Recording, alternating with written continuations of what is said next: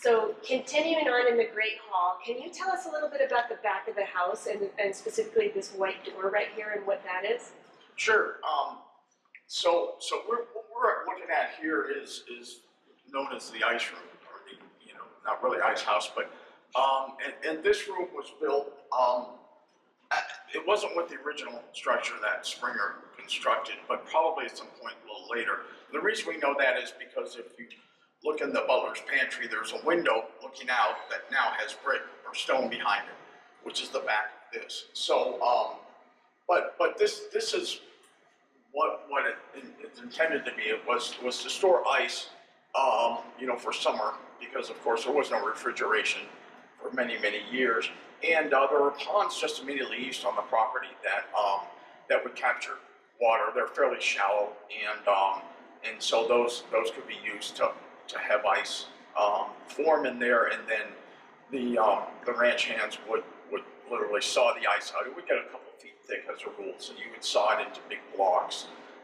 Perhaps at some point, the family may have purchased ice also. I mean, there are always vendors around that would bring it. They typically were in wagons, and they insulated it with sawdust, and they would pull them out.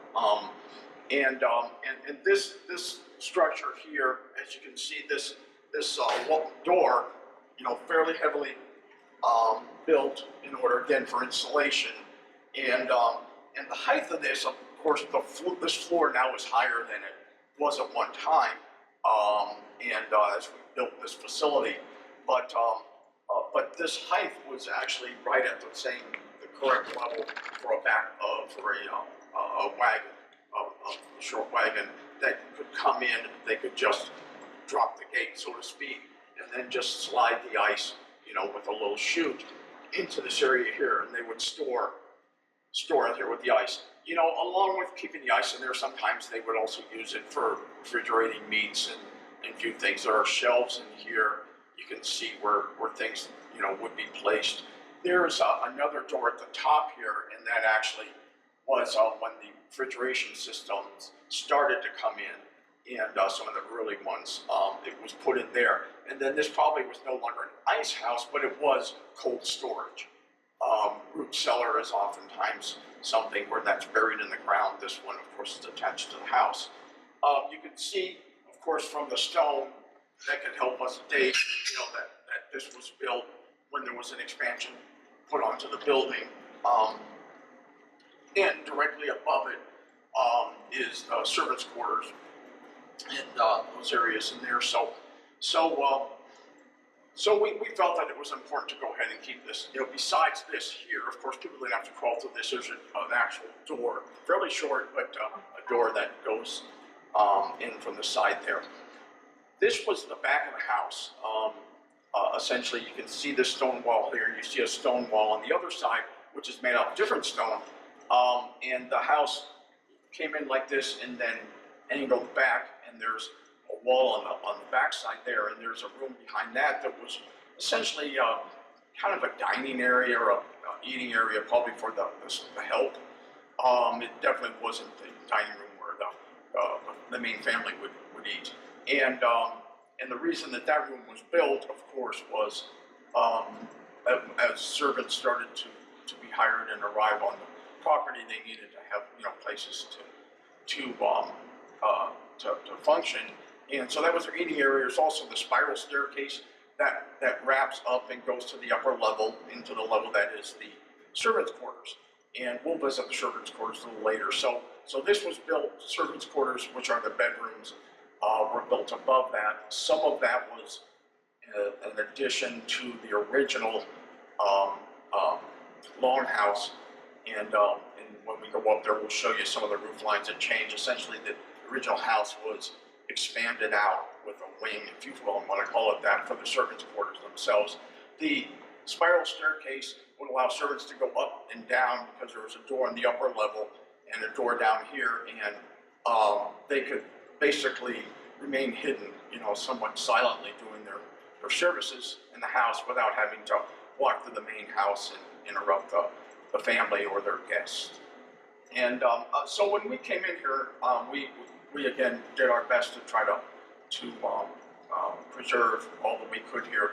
There is a wall that you see right here, and that was added, and it's just it's a partition because this area, as we've talked about with the carriage house, we had to create some catering spaces to support the functions that that are being held here. And so we have a catering space in two of the bays that in the carriage house. We also have a catering space back here in what was essentially the servants' eating area and all that. That gives the caterers and kind of an option to be able to work out of both areas, and allows us to kind of distribute the load, if you will, so that again, we're not impacting the house too much with that. And but there again, we did preserve the windows that exist out there, and you'll see those. And there's a couple doorways that went into the back, into the courtyard area before we enclosed it. Where are the windows? Sorry, are you still filming? Where are you keeping those windows right now? Oh no, the windows are in. Oh, I thought you said you took the windows out and they were somewhere. Okay. Oh no, I'm Okay. sorry. Yes, yeah. No, actually, the windows. We had to replace some glass in a few of them, but Oh, you mean the windows in here? yeah, the windows. Okay, in I here. thought you meant right here. Okay. Oh yeah. Okay. Right, What was right here? Do you remember? There was nothing. It was just an open kind of a notch out of the house, if you will. Yeah, just kind of funny control. Well, there was nothing above it that had to be supported, so there was no reason to put it in. Like we said, this existed. Came in later than the servants. This is pure speculation, but probably prior to having a full service staff, there wasn't a need for ice or this or that. I mean, it was, I won't call it subsistence farming, but it was a pretty simple thing. But probably when you started having larger crowds here, needed to preserve foods longer and this and that, they decided to go ahead and add this as part of the expansion onto the servants' quarters area. The timing of some of these additions, it's kind of home improvement. I think probably just like a lot of us, when you move into a building or a house, you have certain expectations, and then you learn later, well, I really could use this or really could use that. Mm-hmm. So that kind of we see these things happening, and luckily they seem to grab whatever was laying around to build it. So it didn't always match, and so that kind of gives us a clue that things changed. Was this a doorway right here? We're often asked about this marking in the stone right here. Was that a doorway or a wall? There was a screened porch in here Yeah. that occurred probably much later.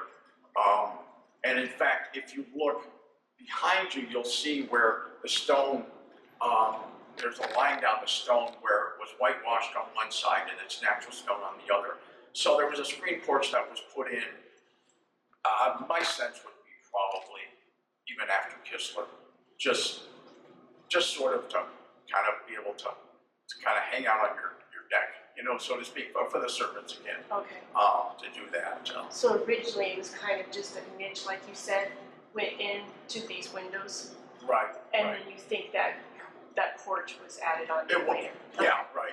I mean, the Makes porch sense. was here when we came, and just literally screen doors. I don't even think it had all-weather doors on the outside, so it was just kind of one of those outside features. The back patio, I guess you could call it, behind the billiard room or the library, as we call it now, also had a screened-in porch, and most of those seem to be sort of, probably a lifestyle thing. One time people worked outside all day long and all that, and so when they came to relax at the end of the day, the last thing they wanted to do was just be outside. As industry grew and people started working indoors more, then they probably looked to maybe relax and put up their feet in the evening. And so I think that's when these porches started to appear. Mm-hmm. And I don't know if you can see this pan. This pan is actually that's where it captures water, because you'd have stuff above here, and as it would melt, you didn't want the water just dripping down, so it would capture in these pans, and then these things would run to a drain. And actually, the drain's right down there on the floor, Yeah. on the hole there. And then you can see some pipes that still go down because actually the compressor for the early condenser is in the basement. Oh, it was in the basement, it's not there anymore. What are these up here? They're like chillers, you know, yeah. So it's kind of early, you know, we could get a good HVAC guy out here and he could probably give us some good information as to time period and all that. But Magley might also know because of, you know, he did, you know, a lot of Lodo renovation work. And so he probably saw a lot of that stuff happening. So yeah, there's, and you know what, this was probably still used, you know, in the 70s and stuff by the ranch people, because I mean, anybody that hunts knows they have to come in once they shoot an elk or deer or something, they need to hang it for a while and all that. And this was kind of a nice room because you don't want to overheat. So you could hang stuff in here. They may not run chill, but at least they, you know, it was kind of a nice, safe place for people to do that kind of stuff. And like I said, you can see it, there's still a lot of meat hooks in here. And this is probably is a Iraqi trained. So it's Okay, so now we are in the butler's pantry. This is one of my favorite rooms in the whole house. There's so many interesting features in here, and I can't wait to hear you tell us about everything in this room. well, I don't know if I can explain everything, but I can at least talk about what we have here. So this is a butler's pantry. This was a room that was, some of it existed with the longhouse, and essentially coming down through here, this stretching here was the kind of the easterly edge of the westerly edge, excuse me, of the original house by Samuel Long. And then at some point, this was converted into a butler's pantry, a more formal area for preparation for food prep. So this was part of the original house that this stretching here was the westerly edge of the house built by Samuel Long. And this room was completed in the way you see it much later than that. Of course, it was repurposed, if you will, and added on to most likely by Kistler and at the time. And there's several remnants of additions that you can see in here.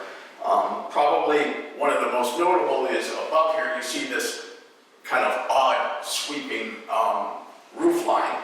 And as you see this thing sweep around like this, you know, you wonder why would somebody put that in? It's not exactly an architectural feature. But what it is, it's the staircase. It's the staircase that was built by Kistler when they came in here. Of course, originally the staircase that occurred was not, to get to the second level was in the back of the house. But this grand sweeping formal staircase was put in. I say by Kistler, it most likely, or at the very least, was improved by Kistler. You know, we're still trying to resolve a bit of that, but most likely occurred then. So this was added. This came to be part of it. This room was probably not used. There wasn't any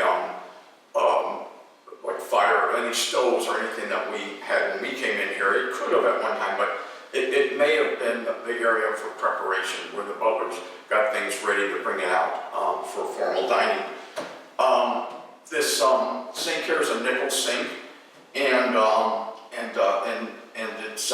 it's been here probably since the 20s, 30s time period. What's interesting is that this sink with the somewhat unusual point of separation partition in it is almost identical to the sink that's in the Grand Humphreys Mansion, which also had some renovations done during that time period. So once again, you know, you see some similarities for structures of this scale and scope in the region.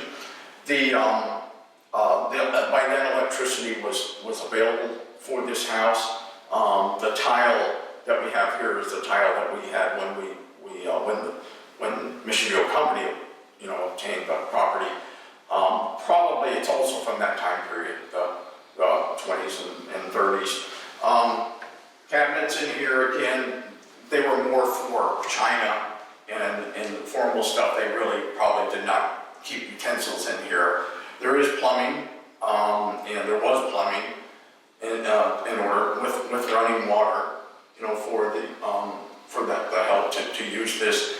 And there are a couple pieces in here that were in different parts, an ice box, an early, refrigerator type configuration that has been in the house since ownership was taken by Mission View Company. There's also a standard electric, what would look nowadays like I forgot the name, but a little stove unit that sat on top there. Probably at the time was very trendy, so to speak, to buy that. This opened up into the back, the outside. This was an entrance into the outside. And if you look over to my left, what you'll see is the hallway that was actually the original hallway to get from the front of the house to the back of the house. Because as you remember explaining that we had to add a different hallway before there were walls that separated the front to the back of the house on the lower level. So this hallway here was actually the only way to get from the front to the back of the house through this area. You could walk around to the living room and the dining room, but you'd end up back here again, through a different doorway. So when people would come in, this was the only way we could do it. When we originally started renovation, we considered whether or not we could figure out something with this, but we had structural walls on one side. We had very unknown origin of the types of framing, and the doorway is just too narrow to allow for full accessibility. And also, if you're having a large event, having everybody line up in single file to go back and forth wasn't really a good function for the space, and really wouldn't be fitting for such a grand place as this. So we made a decision to, of course, keep this, but and the doorways are the doorways that were here when we took ownership, and you can tell that several of them are original from probably the Phipps, from the Phillips Kistler era, and then we just made some modifications here or there. So as a rule, this room, there's not much different to this room. It doesn't have a formal function. We certainly don't use this for catering or anything like that. It's more of just kind of a display area. You might notice in here that the floor drops. Why do you have a ramp or a suite in the floor like this? And that's another indication of the time of phasing that occurred. Like we said, at one time, these weren't here, but this was the west end of the longhouse. And then when additions were made, for reasons unknown, the floor was lowered, and the transition was made into that. Another feature, probably one of the most interesting features in the house, is a very, very large walk-in safe that's on the far end of this.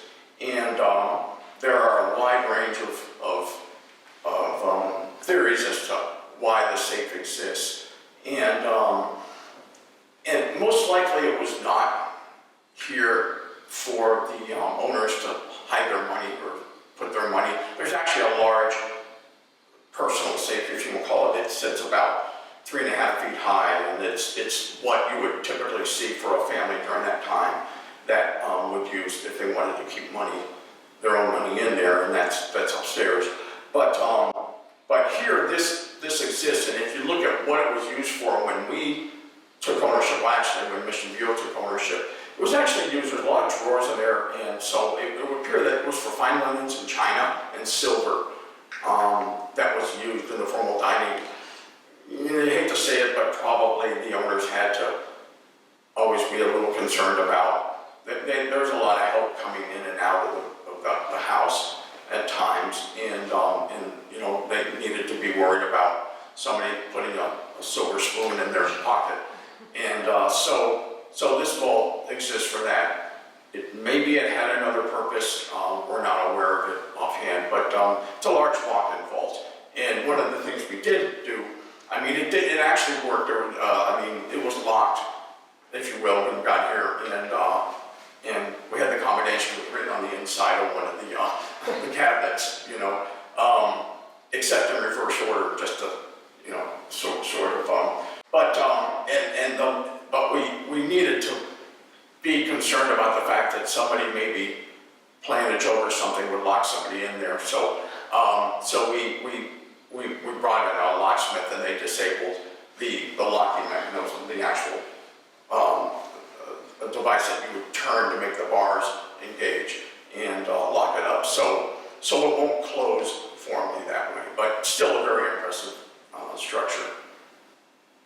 During the days when this was privately owned, who would have had access to that vault, do you think? Would it just have been the owners, or do you think any of the help would have had access to it, would have had the code to it? I'm sure that the butler, whatever the formal term is for the head butler, probably, those individuals are trusted, and like I said, when they worry about theft, they never worry about typically their long-term employees that are here. It's people that come and go from time to time that they would have to be concerned about. So I would have to believe that the butler would have it. Probably the woman that was responsible for the maids and managing the house, because oftentimes they would also be the ones that would help set up for formal work, and then they would clean the dishes here, dry them if you will, and then they turn them to there, as well as also, of course, wash the linens and put the linens in. Their linens are also very expensive and very valuable. So those also were things that they needed to at least make sure that they were in secure places. Mm-hmm. So that would be my guess, would be who would most likely have stuff in there. Can I ask another question? You mentioned that the tile in here is, I think you said from Kistler, that was kind of the theory. Right. I thought I had heard one time that it might have been from the designer showcase that was here in the 80s. Do you know if there's any truth to that?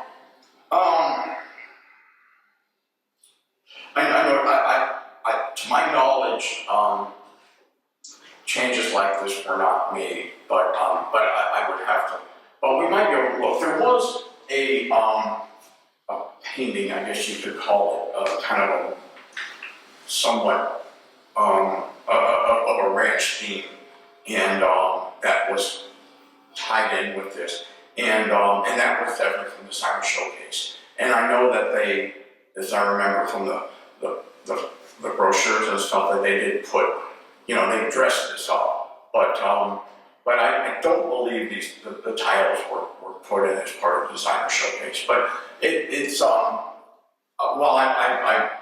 came into my house before that occurred. I can't say I ever paid much attention to it, but there probably are some images that we could look for to verify that. But this is a level that probably would go beyond what Designer Showcase did. Most of what they did was carpet and paint, and furnish, which they then took with them when they were done. Okay. And the painting that he's speaking of is up in the attic, and I can get it down if you guys want a shot of it. We could even bring it, just because I don't know if you want a shot of it in the dirty attic, but we can bring it down here and take a picture if you want. And we could talk about the coal box. Oh yeah, we can talk about the coal box. Since this room was so important to the servants, was there any other feature in the room here that was more relevant or pertinent to the servants? Sure. Probably the most interesting, and we do have it, we need to put it back up, is there was a call box that was set right here, and it was sort of an electromechanical call box. Those of us over a certain age, if you remember, clocks that had little the numbers were on tiny little things that would flip over every time the time would change. That was activated electrically, but it mechanically worked. So the call box here, that there were buttons up in the master bedroom and some of the other spaces up there, and whoever was the owners of the house could push that button, and and the thing would flip, indicating essentially that service was being requested in one of the rooms of the house.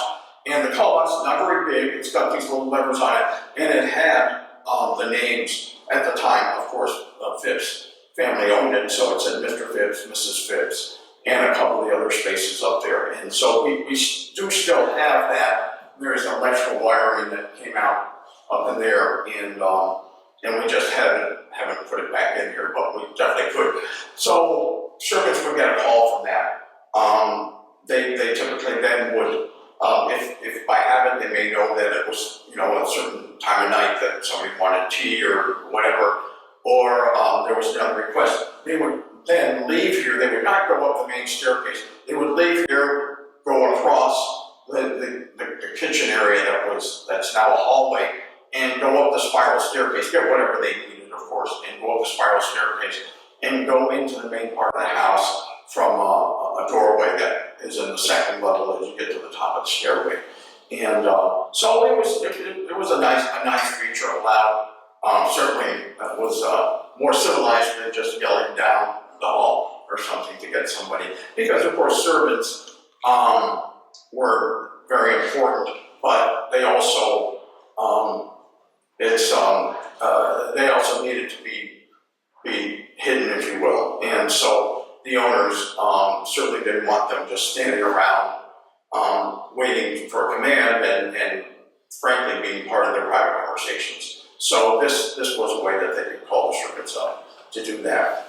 Probably the only other feature in here that's worthy of note, since I kind of changed perspective, is this doorway here. And this also, as we said, with the transom on it, that so allowed some ventilation, was a doorway to the back, to the outdoors. This was how you got to the courtyard area. So if they were accepting deliveries or whatever, this was one of the few doorways that you had that you could come and go. And in the modern age, this was actually how most people entered. Modern being after Michigan Company owned it, this was where you came to enter the house. You used a key, you walked in, there was an alarm system here that you disarmed. But certainly we did not use the big door, the front door, or even the door where that was under the 1891 door, if you will, that Alan Long had. Those all worked, but those were not used because there wasn't any security to them. So this is how people accessed the house up until the renovation. What about this door right here on the other side of the ice box? Oh, yeah, this door, it's a swing door. It's covered right now by this ice box. But this doorway actually went into the breakfast nook, which we now have as a breezeway, if you will. And the door still functions, but there's not a particular purpose for it. But so that was its own little separate eating area. Again, kind of a less formal than the dining room would be, and was kind of a nice space. Again, swing doors were used throughout. You can see this is a swing door going into the dining room, and then this doorway here in order to allow servants to kind of move back and forth. Anyways, I work in a restaurant, knows you got to be pretty well. You have to choreograph your movements correctly so that somebody isn't coming in as you're going out and things end up all over the floor. But definitely it allows for ease of access without, but also providing privacy. And then can you tell us a little bit about this ice box? Oh, sure. The ice box, it says right on here, Frigidaire, Dayton, Ohio. As you can see, it's electric. Still have the directions on there, which is not very often found. A chilling fan condenser unit here, electrical setup, and even have some milk bottles in here. And this was exactly the type of use that oftentimes it was used for. It was to keep certain small quantities of items like milk, perhaps some meats and some things like eggs in here. And the time period, I'm not exactly positive. my sense tells me it was probably sometime in the 30s, when electricity started to become a little more common, and I'm sure there are docents that would be able to verify exactly what that is. But it's just such a great piece, and we're so lucky that it remained, because there's very little that remained in the house. But it wasn't in this room, right? It was not. This was actually in the kitchen area where things actually, and it wasn't used I'd say probably in the last 35, 40 years. There were some modern refrigerators that were in there, but it did exist. Frankly, probably one of the reasons it survived is because it's so heavy. It was hard for anybody to decide that they wanted it at home. But just love it. It's a great piece, and kind of reminds us of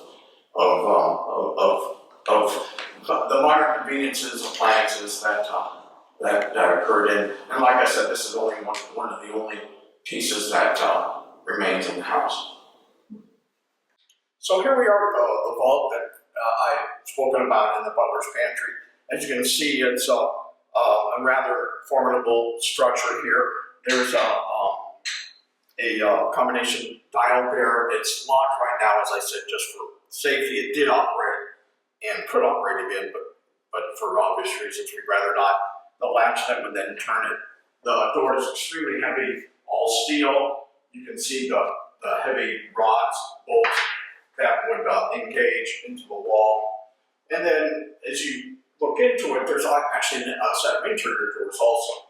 And so as you open up these interior doors, you go into the vault itself. And the vault is nominally about 12 feet long, probably about 8 feet wide, and quite tall, allowed for a lot of storage in this space. So if you move in here, as we have described, we don't believe that this was used to keep money. It was here to keep valuables, primarily probably silver, linens, china, things like that were considered very important to the family. There is storage up higher, so there perhaps could have been some other types of artifacts kept in here. There's still kind of a soft fabric in here that would accommodate the linens, the china and silver. And then you can see here there's a series of rods that would be used to hang the linens through this area here.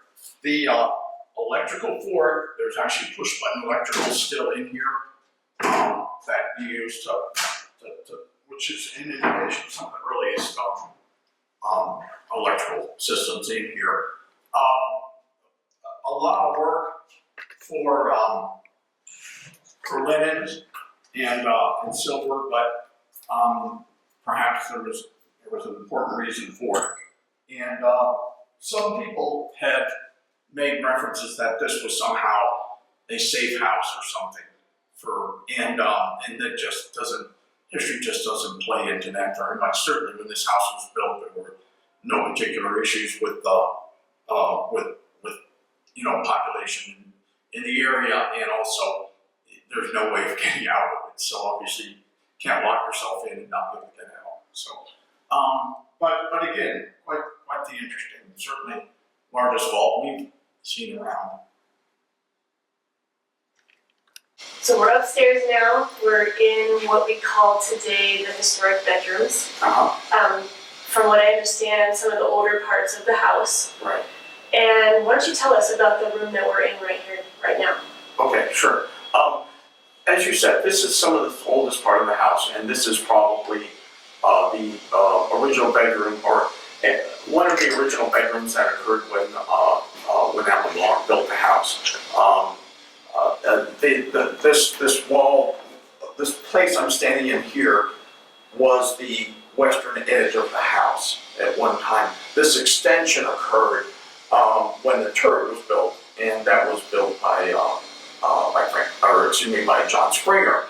And when the turret was built, as we had indicated before, the turret originally was not a main doorway or entrance into the house. It was an extension, kind of an architectural statement.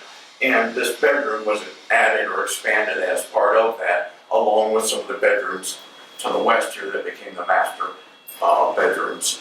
And this wall here is actually where, if you walk up to the house, there's the 1891 occurs. And this one is not the center of the house. There's another bedroom off to the east of us here. And so this roof line came up and actually was a pitched roof, an angled roof that came up through here. So it wasn't even as much the clear ceiling height that you see here now. We found evidence of that framing when we had to do demolition in the servants' quarters, the other bedrooms that were part of this, that there was an angled roof in the original house, the 1891 house, and then in 1897, 1900, when John Springer added, he created more of a parapet look, and the walls got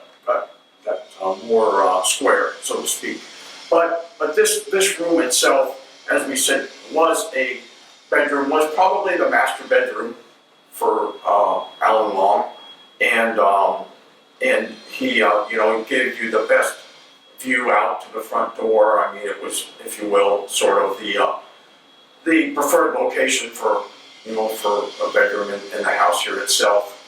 This part of the house, as we said, is over the turret, the main entrance there, and it's actually one of the few spaces that structurally the floor is not real stable. We were lucky in that the owners, as they did expansions and this and that, really fortified the floors, and so we were able to meet the code requirements in everywhere else in the house. But this space in here actually did not meet the formal code. There's nothing terrible about it. It's certainly not going to fall down, but we kind of partitioned it off as more of a museum exhibit, one of the few spots in the house where we prefer not to have crowds gather, so to speak. The furniture in here is furniture that was donated to us. It's not from any particular family that was ever associated with the house. It represents furniture that was of a period, but it certainly gives people a sense as to what this house could have looked like at one time as a bedroom. The walls, the exteriors are stone. There is some drywall and some plaster. The wallpaper that exists here now is, we're not sure what period it is.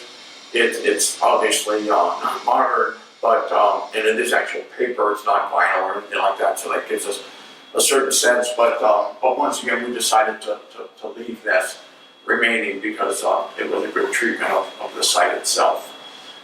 From this room here, this being the servants' quarters, we then moved into another room that could be part of the bedroom. There was actually an extension here that with a doorway that would go into a hallway. And so the actual, while there were interconnecting doors, the door into the front of the bedroom came in off to my right here from the hallway. There were, as we walk through this, you'll see there's a hallway that exists that runs along the west edge of this space. And that hallway is separated from the main living area, the formal living area, if you will, that the owners would have. This was where the servants lived later. I mean, originally it was for the owners, but later it's where the servants lived and functioned, and they could do so without having to be, part of the space that the owners did. Certainly, there are examples of estates throughout where the servants lived in separate homes.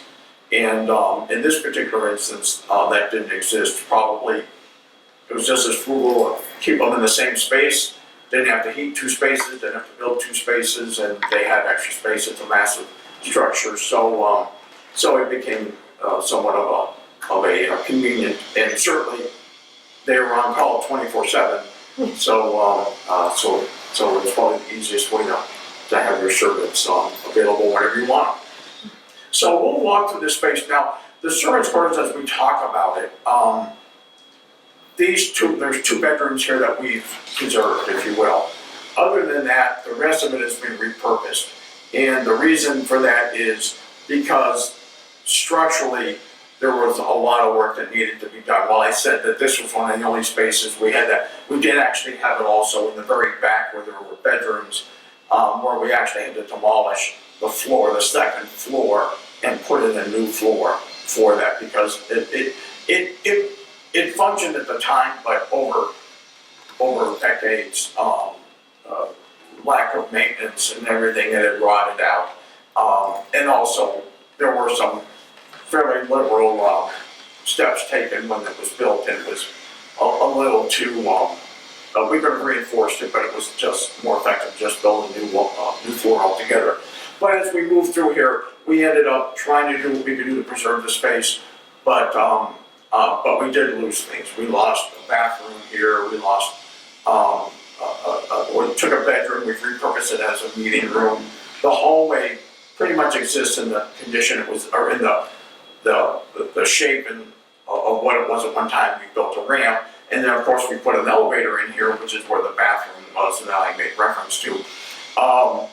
And that's to allow, of course, full access into the upper level for people with low abilities, as well as to allow for easier movement of items that we may want to bring upstairs, so we're not carrying it up the grand staircase. So here we are in the east bedroom of the part of the original house, and this space, along with the one we were just in, defined the entire width of the first house built by Long.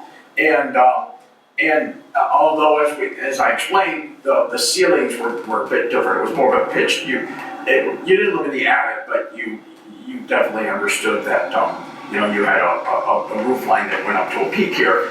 And one of the things that is very notable about this on the outside is this is the window above which the 1891 stone, the carving in the stone exists, that block. And if you look at the photos of the oldest photos that we have, and then the later photos, that basically the photos from the image that Springer had, and then the later one with Kistler, you'll notice though that this window is different. Somebody changed the window, go figure. But of course the orientation of the window is about the same. Certainly that kind of keystone, even though it's not absolute peak, exists over there. So this was the very first. Probably in the earliest years, the house had fireplaces, distributed throughout, and I'm sure there were bedrooms that didn't have much for heat, but just a lot of blankets. But as time went on, fairly quickly, steam heat radiators started to appear. We know for a fact that they existed at various times with kind of the capturing of some articles in the paper about when Wade Phillips bought it, and he further expanded the steam heat system. This radiator here, as you can see, it doesn't function anymore, but it exists. And there are still radiators distributed in a couple areas around the house. These, as you can see, these radiators, the piping and stuff came down from the attic into the space here when the radiators were installed. They provided very good heat. I mean, this building was run off of a gas-fired boiler that was radiant heat in the 1970s even and 80s, and when we acquired ownership in 2010, it was still being heated that way, and it was quite warm in here, as it turns out. The difference that you'll see is how the radiators are treated. We do still have some radiators that we've kept in storage from once we've removed from other rooms here. Some were more ornamental than others, but definitely they were a feature in almost every home of the period. As we go downstairs, we'll show you where the radiators existed down there. And down there, of course, being a more formal living space, they were screened and hidden as much as possible. But they still form the same function.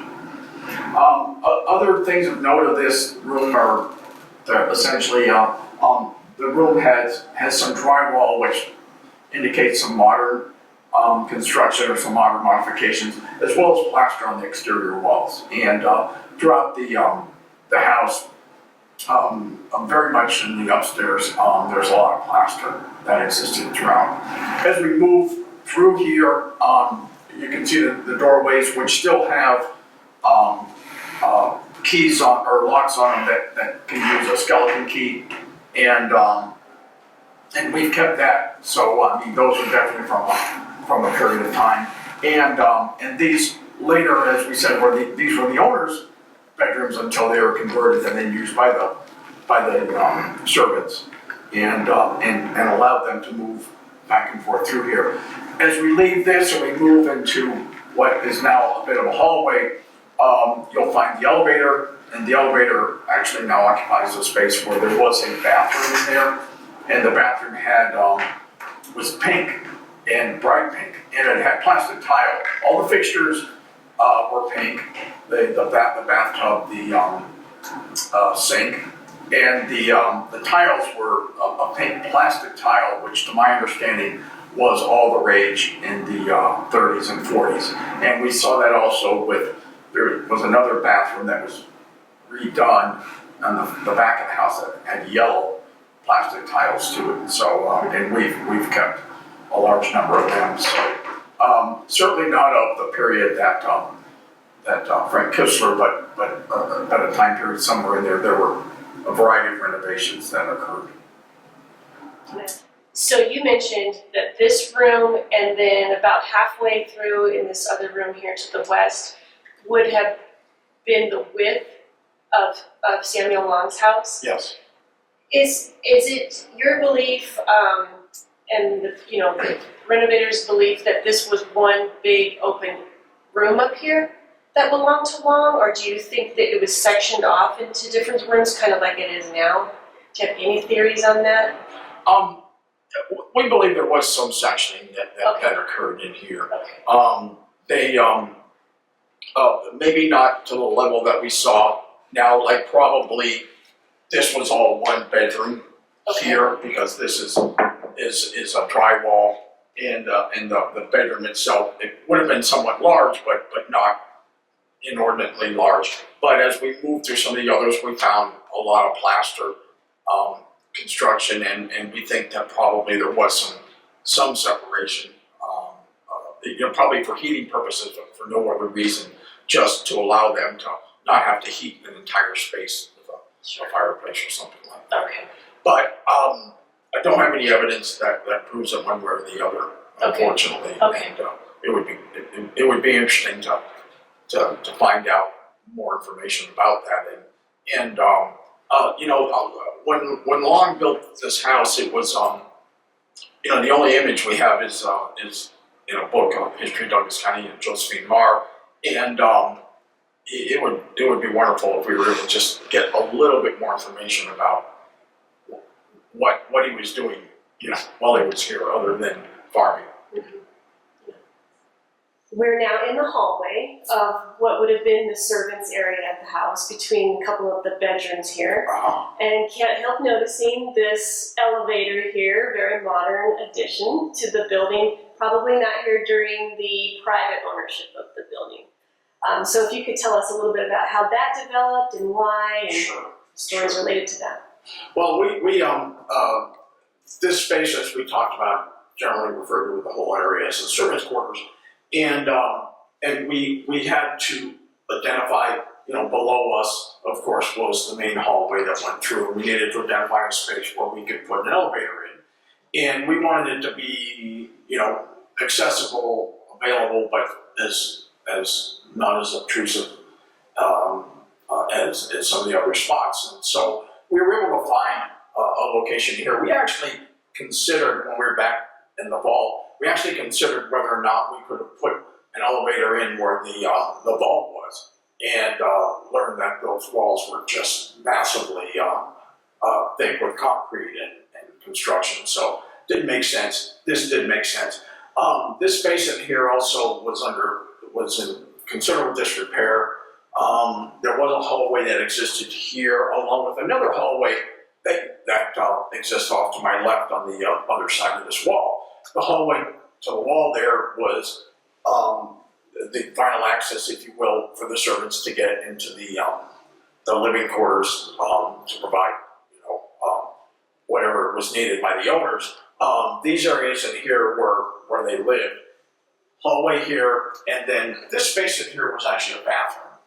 And I made reference that it was, what we found was it was a pink tile, pink fixtures, bathroom. It was obvious that it was very important for the servants. There was also some pretty good storage in there, also some shelving and things like that, and some drawers, really long drawers.